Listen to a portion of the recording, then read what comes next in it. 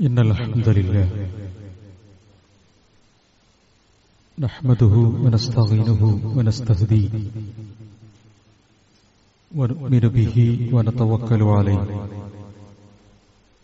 ونعوذ بالله من شرور أنفسنا ومن سيئات أعمالنا من يهده الله فلا مضل له ومن يضلل فلن تجد له وليا مرشدا اللهم صل على محمد وعلى آل محمد كما صليت على إبراهيم وعلى آل إبراهيم اللهم بارك على محمد وعلى آل محمد كما باركت على إبراهيم وعلى آل إبراهيم إنك حميد مجيد أما بعد فإن خير الحديث كتاب الله وخير الهدي هدي محمد صلى الله عليه وسلم وشر الأمور محدثاتها وكل محدثة بدعة وكل بدعة ضلالة أعوذ بالله من الشيطان الرجيم بسم الله الرحمن الرحيم يا أيها الذين آمنوا اتقوا الله حق تقاته ولا تموتن إلا وأنتم مسلمون يا أيها الذين آمنوا اتقوا الله وقولوا قولا سديدا يصلح لكم أعمالكم ويغفر لكم ذنوبكم ومن يطع الله ورسوله فقد فاز فوزا عظيما أما بعد اتقوا الله عباد الله ബഹുമാന്യരായ സത്യവിശ്വാസികളെ, സഹോദരങ്ങളെ, സഹോദരിമാരെ, റബ്ബ് സുബ്ഹാനഹു വ തആലയുടെയും റസൂൽ സല്ലല്ലാഹു അലൈഹി വസല്ലമയുടെയും നിർദ്ദേശങ്ങളെയും താൽപര്യങ്ങളെയും ജീവിതത്തിൽ പാലിക്കുകയും മുസ്ലിങ്ങളും മുവഹിദുകളുമായി മരണം വരിക്കാൻ പരിശ്രമിക്കുകയും ചെയ്യണം എന്ന് ഓർമ്മപ്പെടുത്തുകയാണ്. അല്ലാഹു നമ്മെ ഇവരെയും അനുഗ്രഹിക്കുമാറാകട്ടെ. സമീപകാലത്ത് ഇറങ്ങിയ ഒരു പ്രസിദ്ധീകരണത്തിൽ അതിന്റെ തലവാചകമായി വന്നിട്ടുള്ളത് മഴയെ സംബന്ധിച്ചുള്ള പരാമർശമാണ്. ശക്തമായ മഴ പെയ്തിറങ്ങിയ സമയത്ത് ആ പ്രസിദ്ധീകരണം അതിനെ കാണുന്നത് രോഗം പെയ്തു തുടങ്ങി എന്ന തലക്കെട്ടിലാണ്. സ്വാഭാവികമായും മഴയാനുബന്ധമായ രോഗങ്ങൾ നമ്മുടെ ജീവിതത്തിലും പരിചയക്കാരിലും ആശുപത്രികളിലുമൊക്കെ ഉണ്ട് എന്നതൊരു വസ്തുതയാണ്. മനുഷ്യന്റെ ജീവിതത്തിൽ ഏറ്റവും കൂടുതൽ ഇഷ്ടപ്പെടുകയും ആഗ്രഹിക്കുകയും സന്തോഷഭരിതമാവുകയും ചെയ്യുന്ന ഒന്നല്ല യഥാർത്ഥത്തിൽ രോഗം എന്നത്. അതൊരു പരീക്ഷണമാണ്, അതൊരു ആരോഗ്യത്തിലേക്കുള്ള വഴി കൂടിയാണ്. പക്ഷേ മഴയാകുന്ന അപാരമായ അനുഗ്രഹത്തെ അനുഗ്രഹമായി പൊതുവിൽ പരിഗണിക്കാത്ത രോഗത്തിലേക്ക് ചേർത്ത് രോഗം പെയ്തു തുടങ്ങിയിട്ടുണ്ട് എന്ന അഭിപ്രായം അതൊരു പ്രസിദ്ധീകരണത്തിലെ തലവാചകത്തിനപ്പുറത്ത് നമ്മുടെയൊക്കെ ജീവിതത്തിൽ നാം അറിഞ്ഞോ അറിയാതെയോ പ്രകടിപ്പിക്കുന്ന ഒരഭിപ്രായം കൂടിയാണ്. സത്യവിശ്വാസിയുടെ ജീവിതത്തിൽ മഴ പരിഗണിക്കേണ്ടത് അത്യപാരമായ ഒരു അനുഗ്രഹമായിട്ടാണ് എന്നത് നാം മനസ്സിലാക്കിയ കാര്യമാണ്. വിശുദ്ധ ഖുർആനിൽ മഴയെ സംബന്ധിച്ച് പറഞ്ഞതിനു ശേഷം രേഖപ്പെടുത്തിയിട്ടുള്ള വചനം വഇദ് തഅദ്ദന റബ്ബുക്കും, അല്ലാഹു സുബ്ഹാനഹു വ തആല നിങ്ങളുടെ രക്ഷകനായ പടച്ചതമ്പുരാൻ പ്രഖ്യാപിക്കുന്നത് ലഇൻ ശകർതും ലഅസീദന്നകും, നിങ്ങൾ നന്ദി കാണിക്കുകയാണെങ്കിൽ നിശ്ചയം നിങ്ങൾക്ക് ആ നന്ദിയുടെ കാരണത്തെ വർദ്ധിപ്പിച്ചു തരും. വലഇൻ കഫർതും, ഇനി നിങ്ങൾ നിഷേധികളായി മാറുകയാണെങ്കിൽ, നന്ദി ചെയ്യാത്തവരായി നിങ്ങൾ വരികയാണെങ്കിൽ, ഖുർആൻ അവിടെ അർദ്ധോക്തിയിൽ അതിന്റെ ഭാഗം പൂരിപ്പിക്കാതെ തുടർന്നൊരു പ്രസ്താവന നടത്തുകയാണ്. ഇന്ന അദാബി ലശദീദ്, എന്റെ ശിക്ഷ തീർച്ചയായും കഠിനമായിരിക്കും. മഴ എന്നത് അപാരമായ ഒരു അനുഗ്രഹമായി മനസ്സിലാക്കുന്ന സത്യവിശ്വാസിക്ക് ആ മഴയിലൂടെ ജീവിത പരീക്ഷണങ്ങളും ദുരിതങ്ങളും ലഭിക്കുന്നു എന്ന് വിശ്വസിക്കാൻ പാടില്ലാത്തതാണ്. പക്ഷേ നാം കാണുന്ന ലോകത്ത് മഴ വഴി മനുഷ്യർക്ക് ദുരിതങ്ങളുണ്ട്, ജീവഹാനി സംഭവിക്കുന്നുണ്ട്, പലതരത്തിലുള്ള ബുദ്ധിമുട്ടുകളും അനുഭവപ്പെടുന്നുണ്ട്. ഇതിന്റെ അടിസ്ഥാനപരമായ കാരണം പടച്ചവനിലേക്ക് ചേർത്തി നാം പറഞ്ഞുകൂടാ. കാരണം അല്ലാഹുവിനെ സംബന്ധിച്ചിടത്തോളം മഴ പടച്ചതമ്പുരാൻ അവന്റെ സൃഷ്ടിജാലങ്ങൾക്ക് നൽകുന്ന അനുഗ്രഹങ്ങളിലെ പ്രധാനപ്പെട്ട ഒന്നാണ്. ലോകത്തുള്ള ജീവജാലങ്ങളെ സൃഷ്ടിച്ചതുപോലെ തന്നെ അല്ലാഹു സൃഷ്ടിച്ചു പരിപാലിക്കുകയും വ്യവസ്ഥപ്പെടുത്തി ക്രമീകരിക്കുകയും ചെയ്തിട്ടുള്ളതാണ് മഴയുടെ വരവും പോക്കും. അതിന്റെ ശക്തിയും ശക്തി കുറവും, അതെങ്ങനെ എവിടെ എത്രത്തോളം ഉണ്ടായിരിക്കണം എന്നത് വളരെ കൃത്യമായി അല്ലാഹു നിജപ്പെടുത്തിയിട്ടുള്ള കാര്യമാണ്. വിശുദ്ധ ഖുർആൻ ഈ വിഷയത്തിലേക്ക് വെളിച്ചം ചൂണ്ടിയിട്ടുള്ള ഭാഗങ്ങൾ കഴിഞ്ഞ ഖുത്ബയിൽ നമ്മൾ സൂചിപ്പിച്ചിട്ടുണ്ട്. പക്ഷേ അല്ലാഹുവിനെ സംബന്ധിച്ചിടത്തോളം അല്ലാഹുവിന്റെ സൃഷ്ടി സംവിധാനങ്ങൾ, ചെറുതും വലുതുമായ സൃഷ്ടിജാലങ്ങളും പ്രകൃതിയിൽ കാണാൻ കഴിയാവുന്ന പ്രതിഭാസങ്ങളെയും ഒക്കെ ചേർത്തുകൊണ്ട് ഖുർആൻ പറയുന്നത് സുൻ അല്ലാഹ്,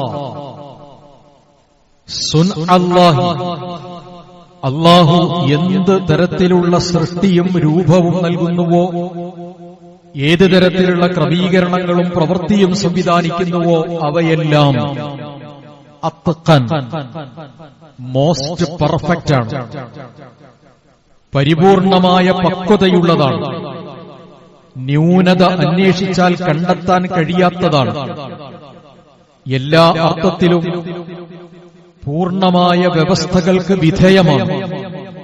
അത്ഖന കുല്ല ശൈഇൻ എന്നാണ് വിശുദ്ധ ഖുർആൻ ഉപയോഗിച്ചത്. എല്ലാ നിലയ്ക്കും അനുഗ്രഹമായിട്ടുള്ള വ്യവസ്ഥയായിട്ടുള്ള അല്ലാഹു സുബ്ഹാനഹു വ തആല തന്റെ സൃഷ്ടിജാലങ്ങൾക്ക് നൽകുന്ന അനുഗ്രഹങ്ങളിലെ ഒന്നാണ് മഴ. ആ മഴയിലൂടെയാണ് മനുഷ്യന്റെയും ജീവജാലങ്ങളുടെയും ജീവൻ പോലും നിലനിന്നു പോകുന്നത്, മനുഷ്യന്റെ ഉപജീവനം ഉണ്ടാകുന്നത്, മനുഷ്യന് ഭക്ഷണം ലഭിക്കുന്നത്, പ്രകൃതി ഹരിതാഭമായി മാറുന്നത്. മനുഷ്യന്റെ ജീവൻ ആധാരമായി വർത്തിക്കുന്ന ഒന്നാണ് വെള്ളം. ആ വെള്ളത്തിൽ നിന്ന് ശുദ്ധജലം മനുഷ്യന് ലഭ്യമാകുന്നത് മനുഷ്യന്റെ ശരീരത്തിലേക്കും പ്രകൃതിയുടെ വിവിധങ്ങളായ ചാലുകളിലേക്കും ആവശ്യമാകുന്ന അളവിലും അർത്ഥത്തിലും അല്ലാഹു സംവിധാനിച്ചിട്ടുള്ളത്. അവിടെ നിങ്ങൾക്ക് ഒരു ന്യൂനതയും കണ്ടെത്താൻ കഴിയില്ല. മാ തറാ ഫീ ഖൽഖിർ റഹ്മാനി മിൻ തഫാവുത്, അല്ലാഹുവിന്റെ അഥവാ പരമകാരുണികനായ പടച്ചതമ്പുരാന്റെ അല്ലാഹുവിങ്കിൽ നിന്ന് ഉണ്ടായിത്തീരുന്ന ഏതൊന്നിലും നിങ്ങൾക്ക് കാണാൻ കഴിയില്ല മിൻ തഫാവുത്തിൻ, ഒരു ക്രമഭംഗവും നിങ്ങൾക്ക് കാണാൻ കഴിയില്ല. ഒരവ്യവസ്ഥയും നിങ്ങൾക്ക് കാണാൻ കഴിയില്ല. ഒരു താളം തെറ്റിലും നിങ്ങൾക്ക് കണ്ടെത്താൻ കഴിയില്ല. ഇനി നിങ്ങളിൽ ആർക്കെങ്കിലുമൊക്കെ അങ്ങനെ ഒരു അഭിപ്രായമുണ്ട് എങ്കിൽ വിശുദ്ധ ഖുർആനൊരു വെല്ലുവിളി കണക്കെ അത്തരത്തിൽ അഭിപ്രായപ്പെടുന്നവരോട് പറയുന്നത് ഫർജഅൽ ബസറ ഖറതൈൻ. ഒറ്റനോട്ടത്തിൽ നിങ്ങൾക്ക് അങ്ങനെയാണ് മനസ്സിലാകുന്നത് എങ്കിൽ മലമടക്കുകളിൽ നിന്ന് ഉരുൾപൊട്ടി വരുന്ന പേമാരി തിരിച്ചു കൊണ്ടുപോകുന്നത് നൂറുകണക്കിന് മനുഷ്യജീവനെയാണ്. രണ്ടു ഭാഗത്തും ഓളം തെന്നി വരുന്ന കടൽപ്പരപ്പിലൂടെ നീങ്ങുന്ന വാഹനങ്ങൾ മറിഞ്ഞു മരിക്കുന്നത് നൂറുകണക്കിനും ആയിരക്കണക്കിനും മനുഷ്യരാണ്. മനുഷ്യന്റെ മുമ്പിൽ മഴ നൽകുന്ന അനുഗ്രഹങ്ങളെക്കാൾ അവന് ബോധ്യപ്പെടുന്നതോ കാണുന്നതോ ദുരിതങ്ങളാണ്.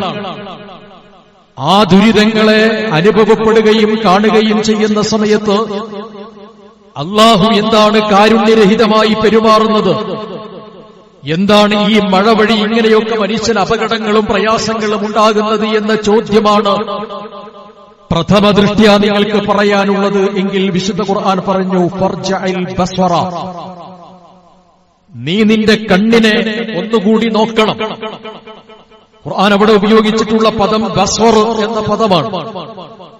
ബസർ എന്ന പദം വിശുദ്ധ ഖുർആൻ ഉപയോഗിക്കുന്നത് സാധാരണയായി അല്ലാഹു കാഴ്ച പ്രദാനം ചെയ്യുന്നതിന് വേണ്ടി ക്രമീകരിച്ചിട്ടുള്ള കണ്ണിനപ്പുറത്തേക്ക് മനുഷ്യന്റെ മനസ്സിനെയും മനുഷ്യന്റെ തലച്ചോറിനെയും ഉപയോഗപ്പെടുത്തി നിരീക്ഷണ ബോധത്തോടെയും വസ്തുതകൾ മനസ്സിലാക്കണമെന്ന ആഗ്രഹത്തോടെയും ഒരു മനുഷ്യൻ നോക്കുന്നതിനെയാണ്, വീണ്ടും വിചാരം നടത്തുന്നതിനെയാണ് യഥാർത്ഥത്തിൽ ബസ്വറ എന്ന പദം ഉപയോഗിക്കുന്നത്. ബസീറ എന്ന് പറയുന്നത് കേവലമായ ഒരു കാഴ്ചയല്ല. എന്റെ മുമ്പിലുള്ള ആളുകളെക്കുറിച്ച് എനിക്ക് കാണാൻ കഴിയുന്നു, അവരാര്, എവിടെ നിന്ന്, പേരെന്ത്, ജീവിത രീതി എന്ത്, ഇതൊന്നും എനിക്കറിയില്ല. അതിനെക്കുറിച്ച് കൂടുതൽ അന്വേഷിക്കുകയും മനസ്സിലാക്കുകയും ഉൾക്കൊള്ളുകയും ചെയ്യുമ്പോൾ അതെന്റെ മനസ്സിലുള്ളൊരു ദൃഢബോധ്യമായി മാറും. അങ്ങനെയുള്ള ഒരു ദൃഢബോധ്യത്തെക്കുറിച്ചാണ്, അങ്ങനെയുള്ള ഒരു അന്വേഷണത്തിന്റെ ഒടുവിൽ ലഭിക്കുന്ന ഉത്തരമായിട്ടാണ് വിശുദ്ധ ഖുർആൻ ബസീറ എന്ന പദം ഉപയോഗിക്കുന്നത്. ഉൾക്കാഴ്ചയുണ്ടാകണം, ഇൻസൈറ്റ് ഉണ്ടാകണം. ഒറ്റനോട്ടത്തിൽ നീ ഇങ്ങനെ വിധി എഴുതി അവസാനിപ്പിക്കുന്നുണ്ട് എങ്കിൽ ഫർജഅൽ ബസ്വറ കറതൈൻ, നീ രണ്ടു പ്രാവശ്യം നോക്കണം. ഭാഷാപരമായി ഖുർആൻ ഇവിടെ ഉപയോഗിച്ചിട്ടുള്ള പദം കറതൈനി എന്ന പദമാണ്. ഒരു വേള നിനക്ക് ഉത്തരം ലഭിക്കുന്നത് വരെയുള്ള അന്വേഷണത്തിലേക്ക് സൂചന നൽകുന്ന പദമായിട്ടാണ് രണ്ടു പ്രാവശ്യം എന്ന് ഉപയോഗിച്ചത് എന്ന് മുഫസ്സിറുകൾ രേഖപ്പെടുത്തിയിട്ടുണ്ട്. ഞാനൊന്ന് നോക്കി, രണ്ടാമതും നോക്കി, കണ്ടില്ല എന്ന് പറയുന്ന രണ്ടാം നോക്കലിനെ കുറിച്ച് മാത്രമല്ല. ഫർജഅൽ ബസറ കറതൈൻ, അങ്ങനെ അന്വേഷണത്തോടെയും വസ്തുതകൾ മനസ്സിലാക്കണമെന്ന ബോധ്യത്തോടെയും നീ അത് നോക്കുന്നുണ്ട് എങ്കിൽ നീ ചിന്തിക്കേണ്ടതും മനസ്സിലാക്കേണ്ടതും കറതൈനി, നിന്റെ കണ്ണ് നിന്നിലേക്ക് തന്നെ തിരിച്ചു വരും. നിനക്കിവിടെ യാതൊരു തരത്തിലുള്ള ന്യൂനതയുമില്ല എന്ന് നിനക്ക് ബോധ്യമാകും. ആ ന്യൂനതയുടെ കാരണക്കാരൻ ആരാണ് എന്ന് നിനക്ക് ഗ്രഹിക്കുകയും ചെയ്യും. ചിലയിടങ്ങളിൽ ആശുപത്രികളിൽ ഓപ്പറേഷന് വിധേയമായിട്ടുള്ള രോഗികൾ മരണപ്പെടുന്നു. അങ്ങനെ മരണപ്പെടുന്നതിന്റെ പേരിൽ നമ്മളാരും ഓപ്പറേഷന് വിധേയമാക്കാതിരുന്നിട്ടില്ല. ചില ആശുപത്രികളിൽ ഓപ്പറേഷൻ ചെയ്യുമ്പോൾ ചില ആയുധങ്ങൾ മറന്നുവെക്കുകയോ അല്ലാതെയോ ഒക്കെയായി കഷ്ടനഷ്ടങ്ങൾ അനുഭവിക്കേണ്ടി വരുന്നു. അതുകൊണ്ട് ഇനിമേലാൽ ഞാൻ ഓപ്പറേഷൻ ചെയ്യില്ല എന്ന് തീരുമാനിച്ചിട്ടില്ല. ഏതെങ്കിലും തരത്തിൽ വാഹനത്തിൽ യാത്ര ചെയ്യുമ്പോൾ ആ വാഹനം കെടുതിയിൽപ്പെടുന്നു, അപകടത്തിൽപ്പെടുന്നു, മരണം സംഭവിക്കുന്നു. എന്റെ ജന്മത്തിൽ ഇനി ഞാൻ വാഹനത്തിൽ കയറുകയില്ല എന്ന് നമ്മളാരും അഭിപ്രായം പറഞ്ഞിട്ടില്ല. ആരാണിതിന്റെ കാരണം? വാഹനമുണ്ടാക്കിയിട്ടുള്ള ഏതെങ്കിലും ഒരു നിർമ്മാതാവിന്റെ അടുക്കൽ പോയി 4 ചക്രമുള്ള ബസ് ഉണ്ടാക്കിയത് കൊണ്ടാണ് ഇവിടെ 2 പേർ മരണപ്പെട്ടത് എന്ന് പറഞ്ഞ് കേസ് കൊടുത്തിട്ടില്ല. ഓപ്പറേഷൻ എന്ന് പറയുന്ന ജിറാഹ എന്ന് പറയുന്ന ഒരു സംവിധാനം വൈദ്യശാസ്ത്രത്തിൽ കണ്ടെത്തിയത് കൊണ്ടാണ് ഇന്നാലിന്റെ വ്യക്തികൾക്കൊക്കെയും പ്രതിസന്ധി ഉണ്ടായത്. ഇനിമേലാൽ ഓപ്പറേഷൻ എന്ന വാക്ക് മിണ്ടിപ്പോകരുത് എന്ന് നമ്മളാരോടും പറഞ്ഞിട്ടില്ല. പക്ഷെ പടച്ചവൻ അനുഗ്രഹമായി നൽകുന്ന മഴയിലൂടെ മനുഷ്യന് ഏതെങ്കിലും തരത്തിലുള്ള കെടുതികളോ പ്രയാസങ്ങളോ അനുഭവിക്കേണ്ടി വരുമ്പോ ആ മഴ വർഷിപ്പിച്ചിട്ടുള്ള പടച്ചതമ്പുരാന് കരുണാവാരിധിയായ റബ്ബ് സുബ്ഹാനഹു വ തആലയുടെ നേരെ, രക്ഷകന്റെ നേരെ അല്ലെങ്കിൽ മഴയുടെ നേരെ നമ്മൾ പരാതി പറയുന്നു. സുനഅല്ലാഹി ലദീ അത്ഖന കുല്ല ഷൈഇൻ, എല്ലാം കൃത്യമായും വ്യവസ്ഥപ്രകാരവും സംവിധാനിച്ചിട്ടുള്ള അല്ലാഹുവിന്റെ നടപടിക്രമങ്ങളെ നാം ചോദ്യം ചെയ്യുന്നു. ആരാണീ നാം?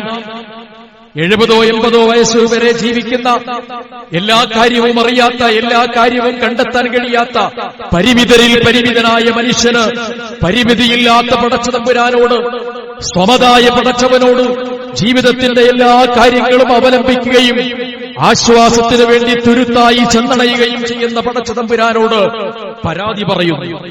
പടച്ചവനെക്കുറിച്ച് വിഷമം വിചാരിക്കുന്നു. എന്തൊരു മഴ എന്ന അഭിപ്രായം പറയുന്നു, എന്തൊരു ചൂട് എന്ന അഭിപ്രായം പറയുന്നു. കേവലം മനസ്സിൽ തട്ടിയുള്ളൊരു അഭിപ്രായം എന്നതിനെക്കുറിച്ച് മാത്രമേ ഞാൻ പറഞ്ഞുള്ളൂ. അതല്ലാതെ മഴയൊക്കെ പോയില്ലേ എന്ന് പറയുമ്പോ പടച്ചവനോടുള്ളൊരു പരാതിയൊന്നുമല്ല അത്. ഞാൻ സൂചിപ്പിക്കുന്നത്, നമ്മൾ അറിഞ്ഞോ അറിയാതെയോ ഇത്തരത്തിലുള്ള ഒരു പ്രയോഗം നമ്മുടെ ജീവിതത്തിലേക്ക് കടന്നു വരരുത് എന്നതാണ്. വിശുദ്ധ ഖുർആൻ ഒന്നുകൂടി ഈ വിഷയത്തെ സംബന്ധിച്ചിടത്തോളം പറഞ്ഞു. ആരാണ് മഴ വർഷിപ്പിച്ചത്? പടച്ചവനാണ്. ആ മഴയിലൂടെ ദുരന്തങ്ങൾ ഉണ്ടാകാനുള്ള കാരണം പടച്ചവനാണോ? വിശുദ്ധ ഖുർആൻ അങ്ങനെ എവിടെയും പറയുന്നില്ല. മനുഷ്യന്റെ ആത്യന്തികമായ അന്വേഷണത്തിൽ അത് ഉത്തരം കൃത്യമായി അവന് മനസ്സിലാക്കാൻ കഴിയും. മഹാനായ ഇബ്രാഹിം നബി അലൈഹിസ്സലാത്തു വസ്സലാം പടച്ചതമ്പുരാന്റെ സവിശേഷ ഗുണങ്ങളെക്കുറിച്ച് രേഖപ്പെടുത്തുകയുണ്ടായി. ആ രേഖപ്പെടുത്തുന്നിടത്ത് അല്ലാഹുൽ ലദീ യുഹ്യീ വയുമീത്, പടച്ചതമ്പുരാനാണ് എനിക്ക് ജീവൻ നൽകുന്നത്, എന്നെ മരിപ്പിക്കുന്നത്. ജീവനും മരണവും നൽകുന്നത് പടച്ചതമ്പുരാനാണ്. വയർസുഖുനി, എനിക്ക് ഭക്ഷണം പ്രദാനം ചെയ്യുന്നത് പടച്ചതമ്പുരാനാണ്. അല്ലാഹുവിൽ നിന്നാണ് എന്റെ ജീവിതത്തിലെ മുഖ്യ അവലംബങ്ങളിൽ ഓരോന്നും നടക്കുന്നത് എന്ന് ഒന്നിനു ശേഷം മറ്റൊന്നായി പടച്ചവനിലേക്ക് ചേർത്തുകൊണ്ട് ഇബ്രാഹിം നബി അലൈഹിസ്സലാത്തു വസ്സലാം പ്രഖ്യാപിക്കുന്നുണ്ട്. അതിനിടയിൽ ഒരു പദം വന്നു. അതേ പ്രഖ്യാപനം, അല്ലാഹുവാണ് എന്നെ ജീവിപ്പിക്കുന്നത്, അല്ലാഹുവാണ് എന്നെ മരിപ്പിക്കുന്നത്, അല്ലാഹുവാണ് എനിക്ക് വെളിച്ചം നൽകുന്നത്, അല്ലാഹുവാണ് എനിക്ക് വെള്ളം നൽകുന്നത്, അല്ലാഹുവാണ് എനിക്ക് ഭക്ഷണം നൽകുന്നത് എന്നതിനു ശേഷം വീണ്ടും പറയേണ്ടത് എന്താണ്? അല്ലാഹുവാണ് എനിക്ക് ഇന്നത് നൽകുന്നത് എന്നാണ് ഇതിന്റെ കോർവയനുസരിച്ച് പറയേണ്ടത്. പക്ഷെ അവിടെ പറഞ്ഞത് ഫഇദാ മരിദുതൂന, ഞാൻ രോഗിയായാൽ, എനിക്ക് രോഗം നൽകുന്നതും പടച്ചതമ്പുരാനാണ് എന്നല്ല, ഞാൻ രോഗിയായാൽ എന്നാണ്. എന്നിട്ട് ഖുർആൻ ആ ഒരു പദം കഴിഞ്ഞ് തൊട്ടടുത്ത പദത്തെ ഉപയോഗിച്ചത് ഫഹുവ യശ്ഫീൻ, അവനാണ് എനിക്ക് ശിഫ നൽകുന്നത് എന്നാണ്. എനിക്ക് വെള്ളം നൽകുന്നത്, വെളിച്ചം നൽകുന്നത്, വായു നൽകുന്നത്, മഴ നൽകുന്നത്, അനുഗ്രഹങ്ങൾ നൽകുന്നത്, ജീവൻ നൽകുന്നത് എല്ലാം പടച്ചവനാണ്. എന്റെ രോഗത്തെ ശമിപ്പിക്കുന്നവനും പടച്ചവനാണ്. എനിക്ക് രോഗം നൽകിയവൻ ആരാണ്? അല്ലാഹുവല്ല. അല്ലാഹുവല്ല എന്ന് പറഞ്ഞാൽ ഈ രോഗത്തെക്കുറിച്ച് പടച്ചവൻ അറിയില്ല എന്നോ ഈ കാര്യത്തെക്കുറിച്ച് പടച്ചവന് ബോധ്യമില്ല എന്നോ അല്ല. കാര്യങ്ങളെക്കുറിച്ച് കൃത്യമായി നിജപ്പെടുത്തുകയും വ്യവസ്ഥപ്പെടുത്തുകയും ചെയ്യുന്ന പടച്ചവന് അറിവിന്റെ അഗാധതക്കപ്പുറത്ത്, അറിവിന്റെ എല്ലാ അറിവിന്റെയും അപ്പുറത്തുള്ള പടച്ചതമ്പുരാൻ ഇത് അറിയില്ല എന്നതല്ല, മറിച്ച് നിന്റെ രോഗത്തിന്റെ അടിസ്ഥാനപരമായ കാരണത്തിലേക്കുള്ള പങ്ക് നീ കൂടി ഉണ്ടാക്കിയതാണ് എന്നതാണ് അതിന്റെ താല്പര്യം. ഭക്ഷണം കഴിക്കാത്തൊരു മനുഷ്യൻ മോഹാലസ്യപ്പെട്ട് തലകറങ്ങി വീണാൽ ആ തലകറങ്ങി വീഴുന്നതിന്റെ ഉത്തരവാദി ആരാണ്? അവനെ വീഴ്ത്തിയതാണോ പടച്ചവൻ? അതോ അവൻ ഭക്ഷണം കഴിക്കാത്തത് കൊണ്ട് ക്ഷീണം ബാധിച്ച് വീണ് പോയതാണോ? ഇത് തിരിച്ചറിയാൻ കഴിയണം. അതാണ് വിശുദ്ധ ഖുർആൻ ഇവിടെ പറഞ്ഞത്. വഹറൽ ഫസാദു ഫിൽ ബർരി വൽ ബഹർ ബിമാ കസബത് അയ്ദിൻ നാസ്. ഭൂമിയിൽ ഒരുപാട് പ്രശ്നങ്ങളും പ്രതിസന്ധികളും ഉണ്ടായി. ഭൂമിക്ക് ആണിയായി നിൽക്കേണ്ട, ഭൂമിക്ക് ആണിയായി വർത്തിക്കേണ്ട പർവ്വതങ്ങളുണ്ട്. ആ പർവ്വതങ്ങൾ ഔതാദ് എന്ന് വിശുദ്ധ ഖുർആൻ ഉപയോഗിച്ച പർവ്വതങ്ങൾ, വൽ ജിബാല ഔതാദ, എത്രമേൽ മുകളിലേക്കുണ്ടോ അത്രമേൽ താഴേക്കും അതിന്റെ വേരുകൾ ആണ്ടുകിടക്കുന്നുണ്ട്. ആ പർവ്വതങ്ങൾ പടച്ചതമ്പുരാൻ സംവിധാനിച്ചിട്ടുള്ളത് ഈ ഭൂമിക്ക് ഇളക്കം സംഭവിക്കാതിരിക്കുന്നതിന് വേണ്ടിയാണ്. ആ ഇളക്കം സംഭവിക്കാതിരിക്കുന്നതിന് വേണ്ടി ഈ ഭൂമിയെ സംരക്ഷിച്ചു നിർത്തുന്നതിന് വേണ്ടി അല്ലാഹു സംവിധാനിച്ചിട്ടുള്ള സംവിധാനങ്ങളെ മനുഷ്യ നിന്റെ പുരോഗതിയുടെയും നിന്റെ വളർച്ചയുടെയും പേരിൽ നീ അത് ഇടിച്ചു നിരപ്പാക്കുന്നു. അങ്ങനെ തവിടുപൊടിയാക്കി കളയുന്നു. എന്തു സംഭവിക്കും? രണ്ടു ഭാഗം വ്യവസ്ഥപ്പെടുത്തുന്നതിന് വേണ്ടി ആണിയടിച്ചു ഉറപ്പിച്ചിട്ടുള്ള ഒരു പലക, ആ പലക അതിന്റെ മുകളിൽ എത്രമേൽ ഭാരം കൊണ്ടുവന്ന് വെച്ചാലും അത് ഉറപ്പിച്ചു വെച്ചിട്ടുണ്ട് എന്നതുകൊണ്ട് താഴേക്കത് വീടില്ല. എന്നാൽ ഒരാൾ തീരുമാനിച്ചു ഈ ആണിയൊക്കെ എടുത്ത് മാറ്റാമെന്ന് തീരുമാനിച്ചു. പലക അവിടെ നിർത്തി 2 സൈഡിലും വെച്ച് ആണികളൊക്കെ പിഴുതെടുത്തു.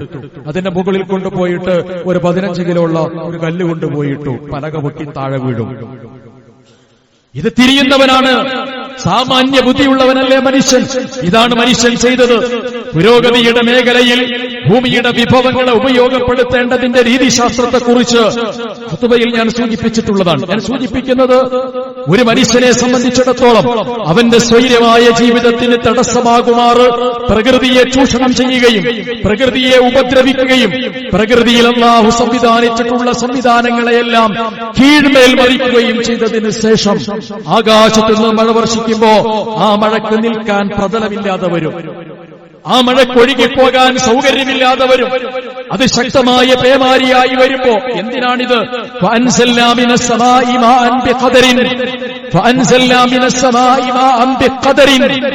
ഈ ഭൂമിയിൽ ജീവിക്കുന്ന തലമുറകൾക്ക്, മനുഷ്യർക്ക്, ജീവജാലങ്ങൾക്ക് എത്രമേൽ ആവശ്യമുണ്ടോ ആ ആവശ്യമുള്ള അളവിലാണ് പടച്ചതമ്പുരാൻ മഴ വർഷിപ്പിക്കുന്നത്. ആ ഖദറായ വ്യവസ്ഥയനുസരിച്ചുകൊണ്ട് മഴ വർഷിക്കുമ്പോ അതിന്റെ ഒരു സഞ്ചാരത്തിന്റെ പാതയുണ്ട്, അതിന്റെ ഒരു ഓർബിറ്റലുണ്ട്. ആ ഓർബിറ്റലുകളിൽ കോൺക്രീറ്റ് കാടുകൾ ഉയർത്തിയിട്ടുണ്ട് മനുഷ്യൻ. അവിടെയുള്ള വിവിധങ്ങളായ സംവിധാനങ്ങളെ തകർത്ത് കളഞ്ഞിട്ടുണ്ട് മനുഷ്യൻ. മണ്ണിനെ പിടിച്ചു നിർത്തി വെള്ളത്തെ ചാലുകളിലേക്ക് ഒഴുക്കിവിടാൻ ആവശ്യമായിട്ടുള്ള വലിയ വലിയ മരങ്ങളെ അവൻ പിഴുതെടുത്ത് പുറത്തു കളഞ്ഞിട്ടുണ്ട്. പശ്ചിമയാർന്ന മണ്ണിലേക്ക് വെള്ളം ചേർന്ന് വരുമ്പോ അത് കുത്തിയൊഴുകിയിട്ട് മനുഷ്യന്റെ മേൽ പതിക്കുമ്പോൾ മനുഷ്യന് അപകടമുണ്ടാകും. ഈ അപകടങ്ങളെ പടച്ചവന്റെ തീരുമാനത്തിലേക്ക്, പടച്ചവന്റെ നടപടിക്രമങ്ങളിലേക്ക് ചേർത്തു പറയണോ വേണ്ടയോ? ഇതാണ് വിശുദ്ധ ഖുർആൻ സൂചിപ്പിച്ച ഏറ്റവും പ്രധാനപ്പെട്ട ഒരു ഭാഗം.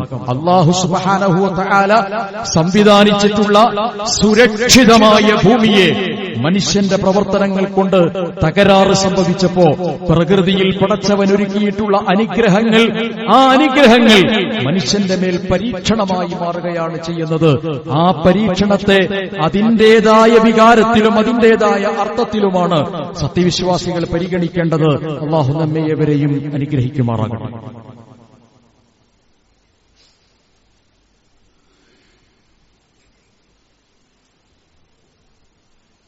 അൽഹംദുലില്ലാഹി റബ്ബിൽ ആലമീൻ വൽ ആഖിബത്തു ലിൽ മുത്തഖീൻ വലാ ഉദ്വാന ഇല്ലാ അലൽ ളാലിമീൻ. വസല്ലല്ലാഹു അലാ അഷ്റഫിൽ അംബിയാഇ വൽ മുർസലീൻ മുഹമ്മദിൻ വആലിഹി വസഹ്ബിഹി അജ്മഈൻ. അമ്മാ ബഅദ് ഇത്തഖുല്ലാഹ ഇബാദല്ലാഹ്. അല്ലാഹുവിനെ സൂക്ഷിക്കണം എന്ന് ഓർമ്മപ്പെടുത്തുകയാണ്. മഴ മനുഷ്യനെ സംബന്ധിച്ചിടത്തോളം അവന്റെ ഭക്ഷണമായിട്ടാണ് വിശുദ്ധ ഖുർആൻ സൂചിപ്പിച്ചിട്ടുള്ളത്. ഭക്ഷണം എന്നാൽ ജീവൻ നിലനിർത്തുന്ന ഏറ്റവും അടിസ്ഥാനപരമായ ഒരു ഘടകമാണ്. സാധാരണയായി ഭക്ഷണത്തിന് നമ്മൾ ഉപയോഗിക്കുന്ന പദം റിസ്ഖ് എന്നാണ്. അല്ലാഹു റാസിഖാണ് എന്ന് പറയാറുണ്ട്. റിസ്ഖ് എന്ന് പറഞ്ഞാൽ ഭക്ഷണം, ഉപജീവനം എന്നൊക്കെയാണ് അർത്ഥം. വിശുദ്ധ ഖുർആൻ മഴയെക്കുറിച്ച് പറയുന്നിടത്ത് ഈ പദം ഉപയോഗിച്ചിട്ടുണ്ട്. വഖ്തിലാഫിൽ ലൈലി വന്നഹാർ, ആകാശഭൂമികൾ മാറി മാറി വരുന്നത് അല്ലാഹുവിന്റെ ദൃഷ്ടാന്തത്തിൽപ്പെട്ടതാണ്. വമാ അൻസലല്ലാഹു മിനസ് സമാഇ, ആകാശത്ത് നിന്ന് അല്ലാഹു ഇറക്കിത്തരുന്നതും അല്ലാഹുവിന്റെ ദൃഷ്ടാന്തത്തിൽപ്പെട്ടതാണ്. മിൻ റിസ്ഖിൻ, ഉപജീവനമായി, ഭക്ഷണമായി. ഭക്ഷണം അല്ലാഹു ആകാശത്ത് നിന്ന് മനുഷ്യർക്ക്, ജീവജാലങ്ങൾക്ക് ഇറക്കിത്തരുന്നു. എന്നിട്ട് ആ ഭക്ഷണം ഉപയോഗിച്ച് എന്ത് ചെയ്യുന്നു? ഉപജീവനം, ലിവ്ലിഹുഡ്. ആ റിസ്ഖ് ഉപയോഗിച്ച് ഫഅഹ്യാ ബിഹി, അവൻ വളർത്തുന്നു, ജീവൻ നൽകുന്നു. അൽ അർള, ഭൂമിക്ക്. ആകാശത്ത് നിന്ന് ഭക്ഷണം താഴേക്കിട്ടാൽ ആ ഭൂമി യഥാർത്ഥത്തിൽ ജീവനുള്ളതായി മാറും? ഇല്ല. മഴയെക്കുറിച്ചാണ് ആ പറഞ്ഞത്. നേർക്കുനേരെയുള്ള ഭക്ഷണത്തെക്കുറിച്ചല്ല, മഴയെക്കുറിച്ചാണ്. പക്ഷെ ആ മഴ നിങ്ങൾക്ക് ഭക്ഷണത്തിന്റെ ആധാരമാണ്, അടിസ്ഥാനമാണ് എന്ന് പറയാൻ വേണ്ടിയാണ് വളരെ സാഹിത്യമായി വിശുദ്ധ ഖുർആൻ ഈ പദം ഉപയോഗിച്ചത്. ഫഅഹ്യാ ബിഹി അൽ അർള, ആ മഴയിലൂടെ ഈ ഭൂമിയെ പടച്ച തമ്പുരാൻ ഫലഭൂവിഷ്ടമാകുന്നു. എങ്ങനെയാണ് ബഅദ മൗതിഹ, വരണ്ട് കിടക്കുന്ന ഭൂമിയാണ്, ഊഷരമായി കിടക്കുന്ന ഭൂമിയാണ്. ആ വരണ്ട് കിടക്കുന്ന ഭൂമിയിലേക്ക് ആകാശത്ത് നിന്ന് വെള്ളം വർഷിപ്പിച്ചതിന് ശേഷം അല്ലാഹു അതിൽ സസ്യലതാദികളെയും വൃക്ഷലതാദികളെയും മുളപ്പിച്ചെടുക്കുന്നു. ഒരു വിത്ത് നടുന്നു, ആ വിത്തിന് ആവശ്യമാകുന്ന പാകതയിൽ വെള്ളം ചേരുന്നു, അതിൽ നിന്ന് വിത്തുകൾ മുളച്ച് മനുഷ്യന് ഭക്ഷണമുണ്ടാകുന്നു. ജീവജാലങ്ങൾക്ക് ആവശ്യമായ സൗകര്യങ്ങൾ അതുവഴി ഉണ്ടാക്കിയെടുക്കുന്നു. ആ ആനുപാതത്തിൽ കാറ്റടിക്കുകയും ചെയ്യുന്നു. കാറ്റടിക്കാതിരിക്കുന്നത് യഥാർത്ഥത്തിൽ മനുഷ്യന് ലഭിക്കുന്ന ഭക്ഷണം കൂടുതലാകാതിരിക്കും. കാറ്റെന്തിനുള്ളതാണ്? പരാഗണം നടത്തുന്നതിനാണ്. തീർച്ചയായും അല്ലാഹു കാറ്റുകളെ പറഞ്ഞയക്കുന്നത് പരാഗണത്തിന് വേണ്ടിയാണ് എന്ന് ഖുർആൻ ഉപയോഗിച്ചിട്ടുണ്ട്. രണ്ടു തരത്തിലുള്ള കാറ്റുകളെ കുറിച്ചാണ് ഖുർആനിൽ വരുന്നത്. ഒന്ന് ദുരന്തമായി വരുന്ന കാറ്റുകളാണ്. തലമുറകളെയും അതേപോലെ തന്നെ സമൂഹങ്ങളെയും ഏകഛത്രാധിപതികളെയും ഒക്കെ നശിപ്പിക്കുന്നതിന് വേണ്ടി പടച്ചതമ്പുരാൻ കാറ്റുകൾ അയച്ചുകൊണ്ട് അവരെ കീഴ്മേൽ മറിച്ചു എന്നൊക്കെയുള്ള പദപ്രയോഗങ്ങൾ ഖുർആനിൽ കാണാം. ആകാശത്ത് നിന്ന് മഴ വർഷിക്കുന്നു, മഴ ഭൂമിയിലേക്ക് ഇറങ്ങുന്നു, ആ ഭൂമിയിൽ നിന്ന് സസ്യലതാദികൾ മുളച്ചു പൊങ്ങുന്നു, നിങ്ങൾക്കാവശ്യമായ ഉപജീവനം എന്ന നിലയ്ക്ക്. എന്നിട്ട് പടച്ചതമ്പുരാൻ കാറ്റടിക്കുന്നു. കാറ്റടിക്കുമ്പോൾ ഒരു ഭാഗത്ത് മേഘങ്ങളുടെ സഞ്ചാരമുണ്ടാകുന്നു, അതിൽ നിന്ന് വീണ്ടും മഴ പെയ്യുന്നു. അതേ കാറ്റുകൊണ്ട് തന്നെ ഇവിടെ തളിർത്തു വരുന്ന സസ്യലതാദികളെ, ചെറിയ ചെടികളെ, ഫലവർഗ്ഗങ്ങളെ, ആ ഫലവർഗ്ഗങ്ങൾക്ക് ആവശ്യമായിട്ടുള്ള പരാഗണങ്ങളും പരപരാഗണങ്ങളും നടന്നുകൊണ്ടിരിക്കുന്നു. അത് വീണ്ടും വികസിച്ച് വളർന്ന് വലുതായി വ്യാപരിച്ചു മാറുകയും ചെയ്യുന്നു. എത്ര വലിയൊരു അനുഗ്രഹമാണ്. എന്നിട്ട് ഖുർആൻ പറഞ്ഞു, ലആയ, ഇതൊക്കെയും അല്ലാഹുവിന്റെ ആയത്തുകളാണ്. ലിഖൗമിൻ യഅഖിലൂൻ, ചിന്തിക്കുന്ന ജനങ്ങൾക്ക് അല്ലാഹു നൽകുന്ന അപാരമായിട്ടുള്ള ദൃഷ്ടാന്തങ്ങളിൽപ്പെട്ടതാണ് എന്നത്. ഓരോ തുള്ളി നമ്മുടെ ഭൂമിയിലേക്ക് പതിക്കുമ്പോഴും ഓരോ മഴ ഉറ്റി വീഴുമ്പോഴും അല്ലാഹു സുബ്ഹാനഹു വ തആലയുടെ അപാരമായ അനുഗ്രഹമാണ് ഇത് എന്ന് തിരിച്ചറിയാൻ നമുക്ക് കഴിയണം. ആ ഓരോ തുള്ളിയും നമ്മുടെ ജീവിതത്തിലേക്ക് കടന്നു വരുമ്പോ, നമ്മുടെ ഭൂമിയിൽ പതിക്കുമ്പോ നാം മനസ്സിലാക്കുമ്പോ അൽഹംദുലില്ലാ എന്ന് പറയുന്ന, സുബ്ഹാനല്ലാഹ് എന്ന് പറയുന്ന, അസ്തഗ്ഫിറുല്ലാഹ് എന്ന് പറയുന്ന പടച്ചതമ്പുരാനെ പ്രകീർത്തിക്കുന്ന അവസ്ഥയിലേക്കാണ് സത്യവിശ്വാസിയുടെ ഒരു മനസ്സ് പോകേണ്ടത്. ആ അർത്ഥത്തിൽ പടച്ചതമ്പുരാന്റെ അനുഗ്രഹങ്ങളെ കാണാനും മനസ്സിലാക്കാനും നാം പരിശ്രമിക്കുക. അല്ലാഹു സുബ്ഹാനഹു വ തആല നമ്മേവരെയും അനുഗ്രഹിക്കുമാറാകട്ടെ. ഒരു ഭാഗത്ത് നരകത്തിലേക്കും സ്വർഗത്തിലേക്കും വേർതിരിക്കുമ്പോൾ ജന്നാത്തുൽ ഫിർദൗസിൽ പ്രവേശിക്കാൻ ഭാഗ്യം ലഭിക്കുന്ന സത്യവിശ്വാസികളിൽ അല്ലാഹു നമ്മേവരെയും ഉൾപ്പെടുത്തി അനുഗ്രഹിക്കുമാറാകട്ടെ. അല്ലാഹുമ്മ അഗ്ഫിർ ലിൽ മുഅ്മിനീന വൽ മുഅ്മിനാത്ത് വൽ മുസ്ലിമീന വൽ മുസ്ലിമാത്ത് الأحياء منه والأموات إنك مجيب الدعوات يا قاضي الحاجات. اللهم أعز الإسلام والمسلمين وأذل الشرك والمشركين. اللهم أعز الإسلام والمسلمين وأذل الشرك والمشركين. ربنا آتنا في الدنيا حسنة وفي الآخرة حسنة وقنا عذاب النار. ربنا لا تزغ قلوبنا بعد إذ هديتنا وهب لنا من لدنك رحمة إنك أنت الوهاب. سبحانك رب العزة أما يصفون وسلام على المرسلين والحمد لله.